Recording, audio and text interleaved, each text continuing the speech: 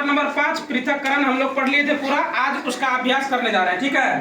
अभ्यास में पहला क्वेश्चन है तुम लोगों का, वे पदार्थ जो पानी या अन्य तरल पदार्थों में घुल जाते हैं उन्हें कहा जाता है? दूसरा है, पदार्थों को अलग अलग करने की क्रिया कहलाती है? जल में अघुलनशील एवं जल से भारी कण बर्तन के पेंदे में जम जाने की क्रिया कहलाती है, ठीक है। अगला क्वेश्चन है तुम्हारा, फिराने के बाद जमे हुए पदार्थ से जल या अन्य द्रव को अलग करने की क्रिया कहलाती है? अगला है, जब मिश्रण बहुत कम मात्रा में हो तो इसे अलग करने की कौन सी विधि बेहतर होगी? चुनना। अगला है, रिक्त स्थानों को भरें। गेहूं के दानों को भूसियों से अलग करने की विधि डैश कहलाती है? अगला है, समुद्र के जल से नमक डैश विधि द्वारा प्राप्त किया जाता है, ठीक है। अगला है, चाय की पत्तियों को चाय से अलग करने की क्रिया डैश कहलाती है, ठीक है। अगला है, क्रोमेटोग्राफी का उपयोग पेड़ पौधों में पाई जाने वाली दवाइयों को डैश, ठीक है। अगला क्वेश्चन है, मिश्रण से अवयवों को अलग करने की जरूरत क्यों होती है? एक मिनट रुक जाओ।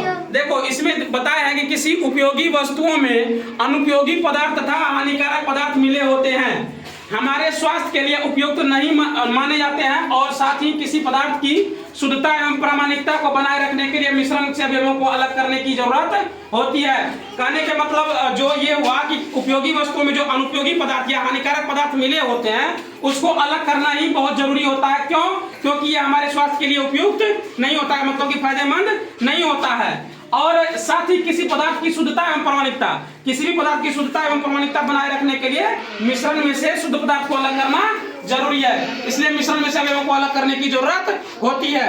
अगला क्वेश्चन है तुम्हारा, बालू और चीनी के मिश्रण को कैसे अलग किया जा सकता है?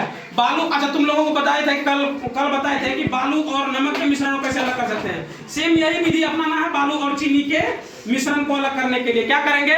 बालू और चीनी के मिश्रण को कहाँ मिला देंगे? पानी में मिला देंगे। और हमको पता है चीनी क्या है?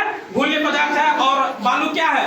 अघुलनशील पदार्थ है। तो क्या होगा? पानी में क्या होगा? चीनी घुल जाएगी, ठीक है। उसके बाद क्या करेंगे? बालू को छान लेंगे, फिर क्या करेंगे? उस पानी को गर्म करेंगे और वाष्पीकरण विधि द्वारा हम क्या करते हैं? सॉरी, बालू से चीनी को अलग कर सकते हैं। समझ में आई बात? अगला है तुम्हारा, पृथक्करण की किन्हीं 3 विधियों का वर्णन कीजिए। पृथक्करण में हम लोग 3 विधि पढ़े हैं, ओसाई पढ़े हैं, चुनना पढ़े हैं और चालना पढ़े हैं। तो ओसाई में क्या पढ़े हैं कि भारी पदार्थ में से हल्के पदार्थ को हवा के माध्यम से अलग करना क्या कहलाता है? कहलाता है। चुनना क्या कहलाता है? शुद्ध पदार्थ में अशुद्ध पदार्थ, जैसे चावल में कंकर मिले रहते हैं, उसको किस विधि से अलग करते हैं हम लोग? अलग कर सकते हैं। इसके बाद क्या है हमारा? चालना है। तुमको पता होगा कि जब बड़े बड़े पदार्थों में कुछ छोटे पदार्थ मतलब एकदम हल्का छोटा पदार्थ मिला रहता है तो उसको हम चालने विधि की सहायता से क्या कर सकते हैं? अलग कर सकते हैं, ठीक है। अगला क्वेश्चन है, जल में मिले अशुद्धियों को कैसे दूर करेंगे?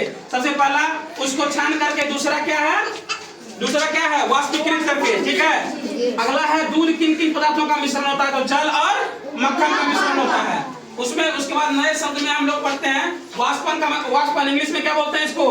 इवेपोरेशन पढ़ते हैं। क्या पढ़ते हैं? इवेपोरेशन। छन्ना पत्र को क्या पढ़ते हैं? पढ़ते हैं। थ्रेसिंग को क्या पढ़ते हैं?